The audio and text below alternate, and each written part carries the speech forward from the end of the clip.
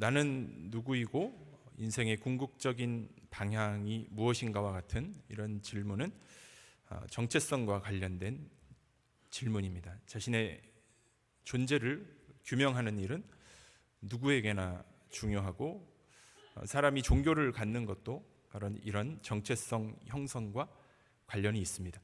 우리는 하나님과의 관계를 통해서 우리 자신의 존재를 설정하고 또 인생의 희노애락을 해결해 나갑니다.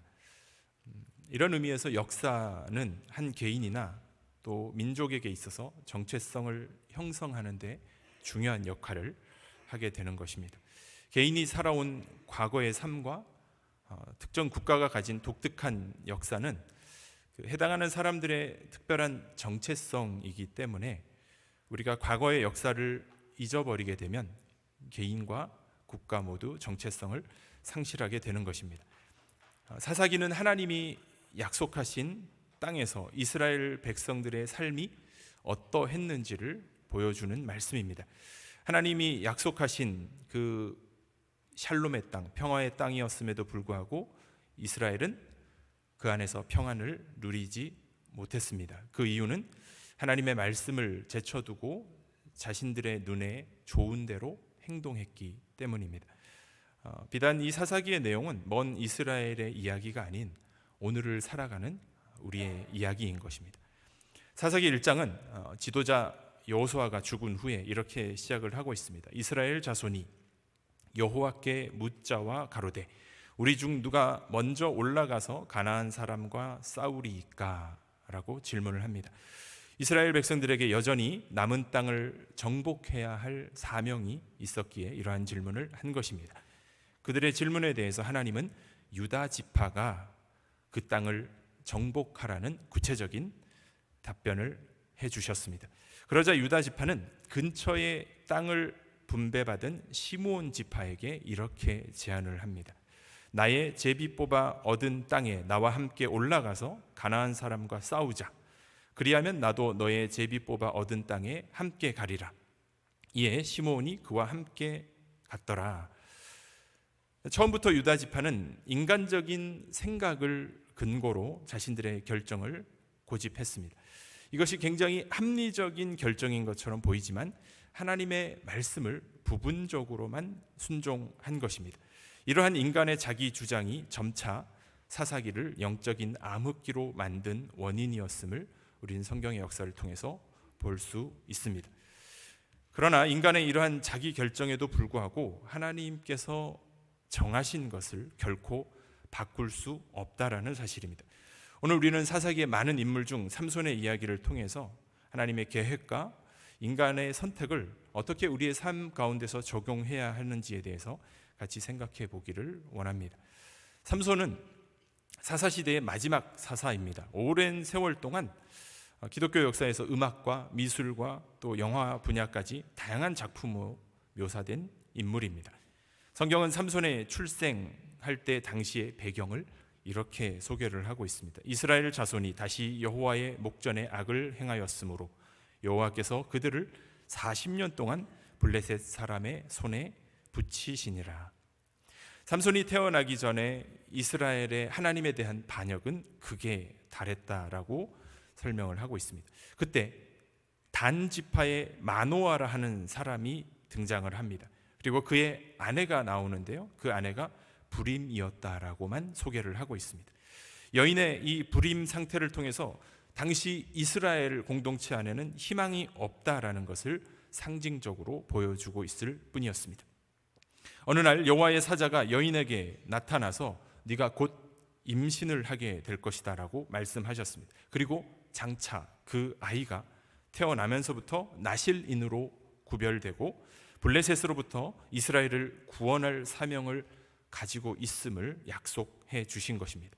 이 말을 전해 들은 남편 마노아는 자신에게도 여호와의 사자를 보내달라고 간절히 기도했고 놀랍게도 하나님은 그 기도에 응답하셨습니다. 그리고 여호와의 사자를 만난 자리에서 이 아이를 어떻게 양육해야만 하는지를 질문했습니다. 그러나 여호와의 사자는 단순히 그냥 음식 규정을 이야기할 뿐 구체적인 답변을 하지는 않았습니다. 그리고 마침내 아이가 태어나자 그 이름을 작은 태양이라는 의미로 삼손이라고 지었습니다. 삼손은 아이를 갖지 못했던 가정에 주어진 태양처럼 빛나는 선물이었을 겁니다. 삼손의 부모는 삼손이 이스라엘을 구원하기 위한 사람으로 양육하기 위해서 그들이 할 수 있는 최선을 다했습니다. 하나님은 삼손을 경건한 믿음의 가정에서 태어나게 하셨고, 그들의 부모는 삼손이 여호와만을 경외하도록 그렇게 양육했습니다. 이렇게 장성하여 청년이 된 삼손의 첫 번째 행동, 그것은 우리의 기대를 저버렸습니다. 1절 말씀 우리 함께 읽어보도록 하겠습니다. 삼손이 딥나에 내려가서 거기서 블레셋 딸 중 한 여자를 보고. 첫 번째 행동은 적들의 도시인 딥나에 가서 엉뚱한 일을 한 것입니다. 하나님은 이미 여러 번 삼손의 부모에게 장차 블레셋의 손에서 구원할 일을 삼손이 할 것이다라고 말씀하셨습니다.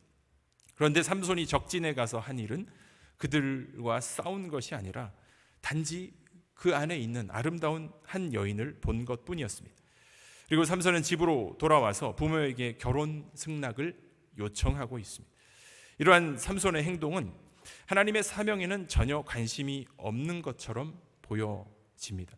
2절 말씀에 보면 내가 딥나에서 블레셋 사람의 딸들 중 한 여자를 보았사오니 이제 그를 취하여 내 아내를 삼게 하소서라고 말하고 있습니다.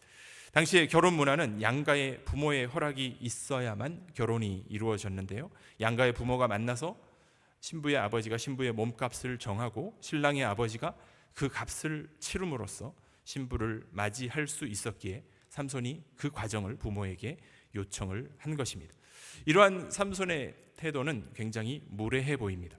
블레셋 여인과 이방 여인과 결혼을 요구하면서도 자세한 설명을 하거나 자신을 정당화하지 않았습니다. 그저 한 여자를 내 아내로 삼게 해달라고 말하고 있을 뿐입니다. 이러한 말을 보면 삼손이 매우 충동적이고 오만한 인물이라는 것을 짐작할 수 있습니다.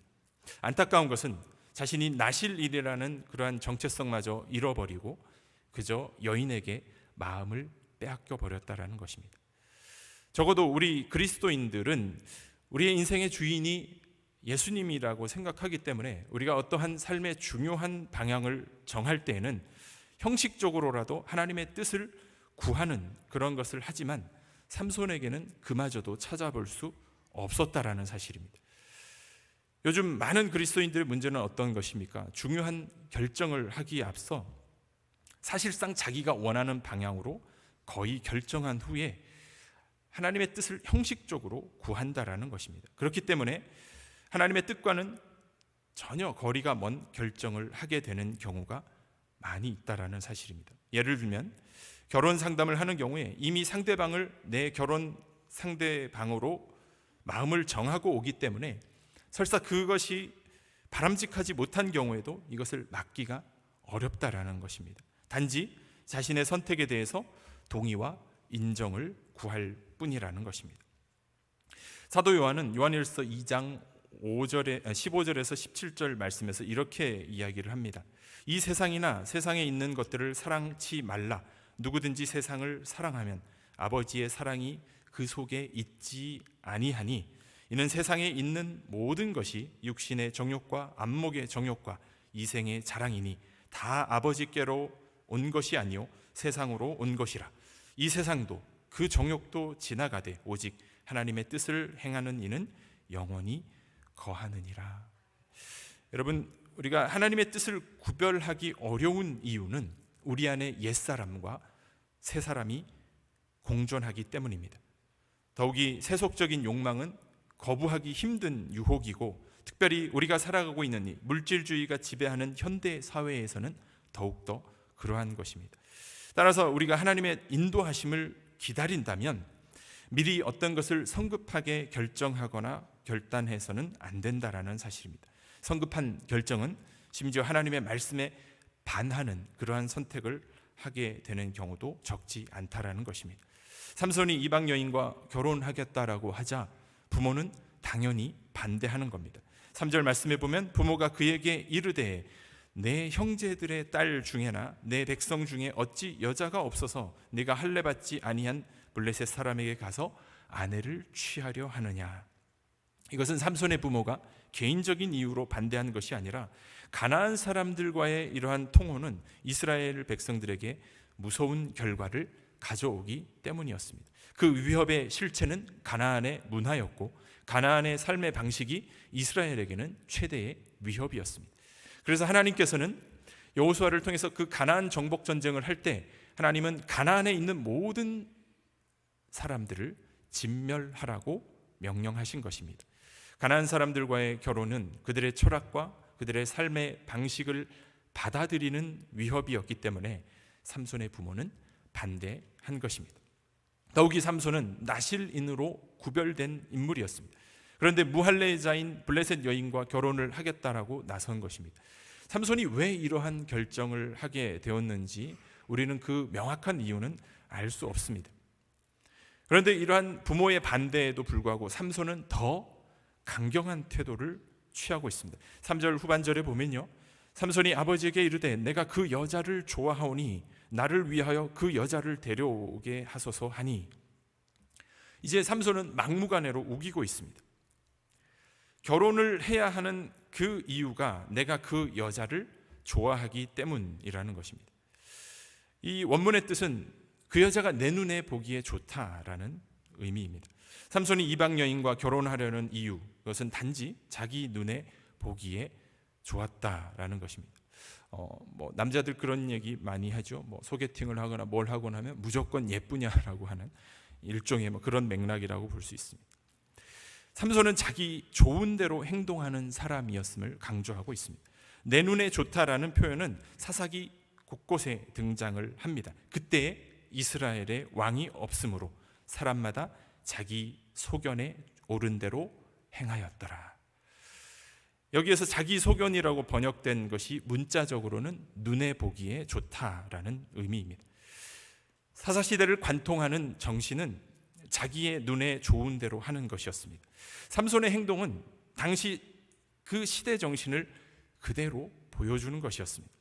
따라서 삼손은 자기 눈에 좋은 대로 행동하는 사사시대의 대표적인 인물이었던 것입니다.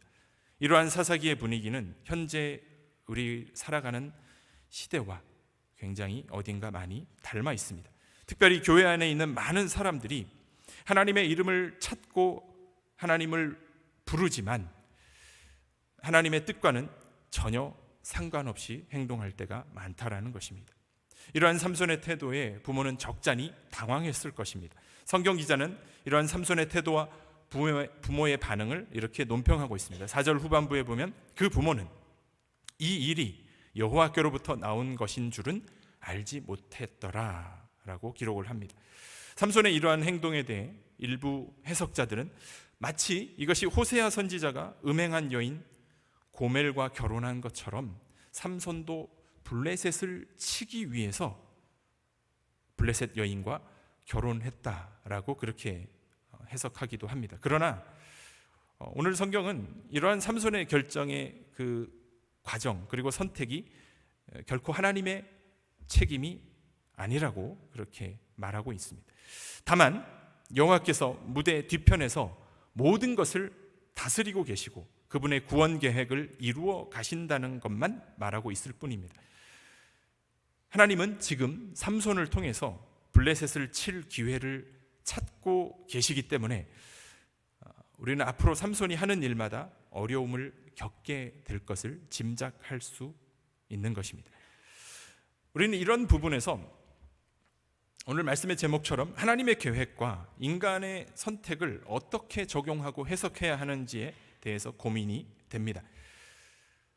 우리가 사소한 물건을 고르거나 또 결혼 상대를 결정하는 이러한 중요한 일부터 모든 것이 다 하나님의 뜻 안에서 결정되어 있다라는 주장이 있고요. 하나님이 우리의 모든 것을 다 주장하지 않고 대부분의 경우는 우리의 자유에 맡기면서 특별한 계획이 없다라는 이런 주장이 대치됩니다. 어떤 사람들은 자신에게 일어나는 모든 일이 하나님의 인도하심이라고 그렇게 생각하기도 합니다. 마치 운명론처럼 사소한 사건을 포함해서 모든 일이 하나님의 뜻 안에서 이루어진다라고 생각을 하는 것이죠. 모든 사건마다 하나님의 뜻이 있기에 항상 하나님의 뜻을 찾으며 그분의 인도하심을 따라야 된다라는 그 주장에 대해서는 또 다른 의문이 제기되기도 했습니다. 여러분, 만약 우리가 의도하든 의도하지 않았든 간에 하나님의 절대적인 뜻을 따르지 못하게 되면 어떻게 되는 것일까요? 예를 들어 하나님께서 예정하신 배우자가 있는데 우리가 그 사람과 결혼하지 못하고 다른 사람과 결혼하면 어떻게 되는 것일까요?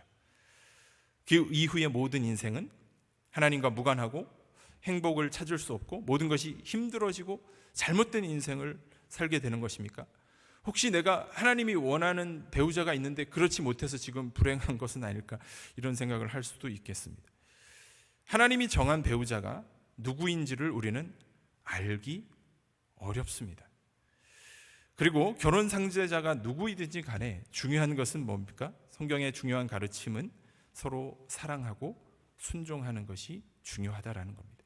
마찬가지로 우리가 직업을 선택할 때도 우리가 그 직업을 선택할 때 성경적이고 합리적인 판단에 따라서 자신이 잘하고 또 그 직업이 하나님 나라에 도움이 될 수 있는 그런 직업을 선택하는 지혜가 필요하지만 일단 선택을 한 후에는 그 분야에서 최선을 다하는 것이 중요하다라는 겁니다. 내가 이미 어떤 선택을 했는데 배우자를 만나서 살고 있는데 또 다른 천생연분이 나타났다고, 이것이 내가 또 다른 천직을 발견했다라는 핑계를 대면서 배우자나 직업을 바꾼다면 이것은 정당화될 수 없다라는 사실입니다. 많은 그리스도인들은 이 섭리론을 오해합니다. 그래서 자기에게 일어난 모든 일이 하나님의 뜻이고 그분의 인도하심이라고 믿으려고 하는 것이죠. 또 다른 예를 들면 공부를 하지 않으면 학생은 좋은 성적을 받지 못하는데도 불구하고 시험 때만 되면 하나님께 지혜를 구하거나 또 자신이 방탕하게 절제하지 못해서 건강이 나빠지면 이 또한 하나님의 뜻이다라고 생각하는 그런 경우입니다. 이렇게 생각하게 되면 어떤 문제가 생깁니까? 자신의 나태함이나 어떠한 무절제를 회개하지 않고 오히려 그것을 정당화하게 되는 잘못을 범하게 되는 것입니다.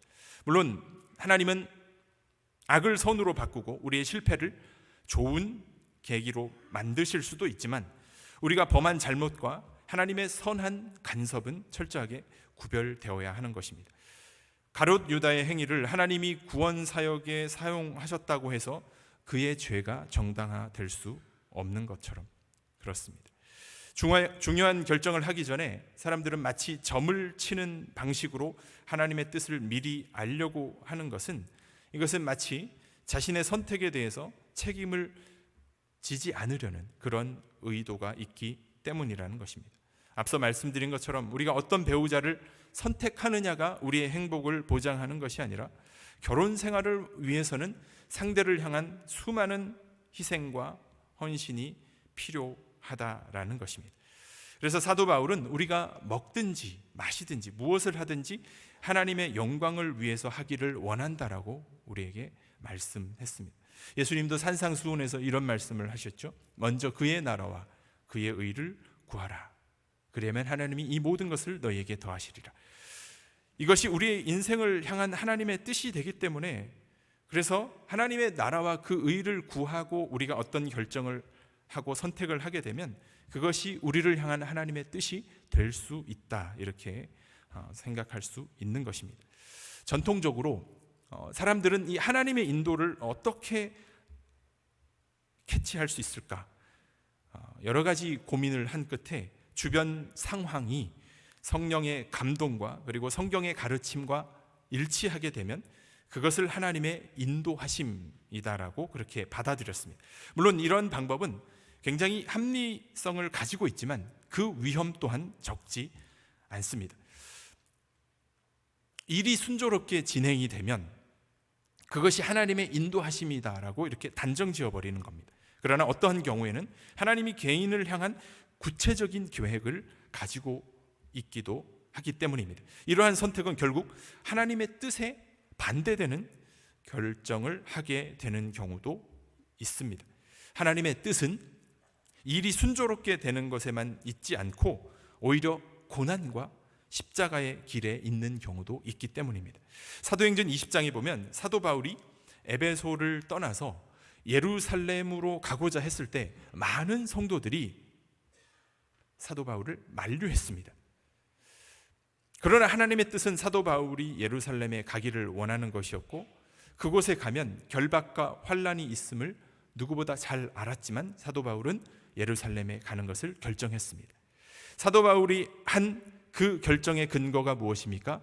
예수 그리스도께 받은 사명입니다. 그것이 자신의 판단과 결정의 근거였다라는 겁니다. 여러분, 사도 바울을 향한 하나님의 원대한 계획은 무엇일까요? 그것은 바울의 소원대로 사도 바울이 로마에 가도록 인도하시는 것이었습니다.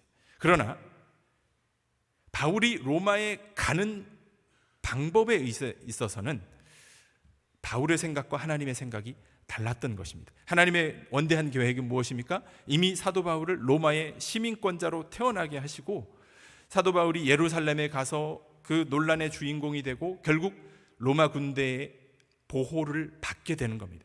죄수의 신분으로 로마까지 가게 되는 것이죠. 이것이 하나님의 뜻이냐라고 할 수 있지만 이것이 왜 중요합니까? 사도 바울이 개인적으로 로마에 가게 되면 어떠한 문제가 있는 것입니까? 많은 비용이 듭니다. 그리고 사도 바울을 죽이기 위해서 노리고 있는 수많은 유대인들이 있었기 때문에 안전을 보장할 수 없는 것이죠. 그러나 하나님은 사도 바울의 출생 신분을 활용하셔서 안전하게 로마 군대의 보호를 받으며 로마에 가서 복음을 전하게 하신 것입니다. 그러면 여러분, 하나님의 인도하심이라는 것은 우리가 단번에 이것이 하나님의 인도라고 결론 지을 수 있는 것이 아니라 우리가 인생을 살아본 다음에 많은 시간이 지난 다음에 비로소 이것이 하나님의 인도하심이었다라고 그렇게 고백할 수 있는 것입니다. 여러분, 우리가 신앙생활하는 것은 고행을 추구하는 것이 아니지만 본질적으로는 예수 그리스도를 우리가 따르는 길이 십자가와 고난의 길이라는 것입니다. 그래서 우리 그리스도인의 선택이 결코 세속적인 기준에서 이루어져서는 안 된다라는 것을 성경은 분명히 하고 있는 것이죠. 그래서 고린도후서 4장 16절에서 18절에 보면 이렇게 기록하고 있습니다. 그러므로 우리가 낙심하지 아니하노니 우리의 겉사람은 낡아지나 우리의 속사람은 날로 새로워지도다. 우리가 잠시 받는 환난에 경한 것이 지극히 크고 영원한 영광에 중한 것을 우리에게 이루게 함이니 우리가 주목하는 것은 보이는 것이 아니요 보이지 않는 것이니 보이는 것은 잠깐이요 보이지 않는 것은 영원함이라. 아멘. 여러분, 물론 순탄하게 일이 이루어진 것을 무시해서는 안 될 것입니다. 그러나 더 중요한 것은 우리가 그 가운데 숨겨진 하나님의 그 뜻을 발견하는 것이 중요하겠죠. 바울과 실라가 감옥에 갇혀서 기도하던 중에 감옥문이 열렸지만 바울과 실라는 그 감옥을 탈출하라는 그런 상황으로 그렇게 이해하지 않았습니다. 상황이 우리 결정의 중요한 고려 대상이 되는 것은 맞지만 모든 것을 상황만으로 결정해서는 안 된다라는 것입니다. 어떤 경우에는 하나님이 우리의 신앙과 우리의 헌신 정도를 확인하기 위해서 어려운 경우를 허락하시는 경우도 있기 때문입니다. 이제 결론을 맺도록 하겠습니다. 하나님의 뜻은 이미 성경을 통해서 충분히 계시되었습니다. 우리가 인생에서 직면하는 수많은 문제들에 대한 하나님의 뜻은 이미 성경 안에 있습니다. 따라서 하나님의 뜻을 우리가 알기를 원한다면 먼저 그 계시된 뜻을 자세히 살피고, 그래도 잘 모르는 경우는 성경을 잘 아는 목회자들에게 문의할 필요가 있는 것이죠. 성경에는 수많은 하나님의 뜻이 분명하고 직접적으로 기록이 되어 있지만 그럼에도 불구하고 해석의 과정과 신학적인 적용을 거쳐야만 알게 되는 하나님의 뜻도 있습니다. 특별히 이제 우리가 살아가는 이 현대에서 발생하는 수많은 이슈들, 개인적인 선택의 문제들이 그렇다라는 것이죠. 왜냐하면 성경은 아주 오래전에 기록되었기 때문에 지금 우리의 상황과 다른 부분이 있기 때문에 그러합니다. 그리고 하나님의 인도하심을 우리가 구하기 전에 먼저 우리가 주의해야 될 것은 세속적인 욕망이 그 가운데 작용하지 않았는지를 살펴보는 자기 반성이 필요한 것이죠. 하나님이 계획하신 뜻은 인간의 실수와 잘못된 선택에도 불구하고 반드시 이루어집니다. 뒤에 이어지는 이 삼손의 이야기를 보면 우여곡절 끝에, 그러니까 온갖 실패와 그런 경우를 겪지만 궁극적으로는 하나님의 뜻, 블레셋으로부터 이스라엘을 구원하는 일을 삼손이 하게 됩니다. 하나님은 총체적인 계획과 목표를 설정하고 우리 인간의 자유를 충분히 인정하고 존중합니다. 그리고 서로 그것이 상호작용 속에서 미래를 열어가시고 하나님의 뜻을 궁극적으로 이루어가기를 원하고 계시는 겁니다. 여러분, 이 일을 위해서 우리를 불러주신 것이죠. 매 순간 하나님의 인도하심을 믿고, 여러분, 내 생각대로 되지 않더라도 항상 하나님의 뜻을 구하면서 살아가는 그런 굳건한 믿음의 자세가 필요하겠죠. 하나님과 인간이 합력해서 이루어가는 그것이 바로 하나님의 나라입니다. 하나님이 계획하신 그 뜻에 우리의 마음을 집중하고 일치시키는 것이 중요하죠. 그래서 하나님의 뜻을 실현하고 하나님의 나라를 이루어가는 그 하나님 나라의 중요한 일원이 되시기를 간절히 소망합니다. 기도하겠습니다. 하나님 아버지, 감사합니다. 인간의 실수와 실패에도 불구하고 하나님의 뜻은 반드시 이루어진다라는 것을 말씀을 통해서 깨닫게 해주셔서 감사합니다. 하나님의 원대한 계획에 우리의 초점을 맞추게 하시고 우리의 소원이 하나님의 계획과 일치되는 그런 은혜를 우리에게 허락하여 주시고, 그래서 우리의 삶을 통해서 이 땅 가운데 하나님의 나라를 온전히 이루어 드릴 수 있도록 주님 저희들을 사용하여 주시옵소서. 감사드리며 예수님의 이름으로 기도하였습니다. 아멘.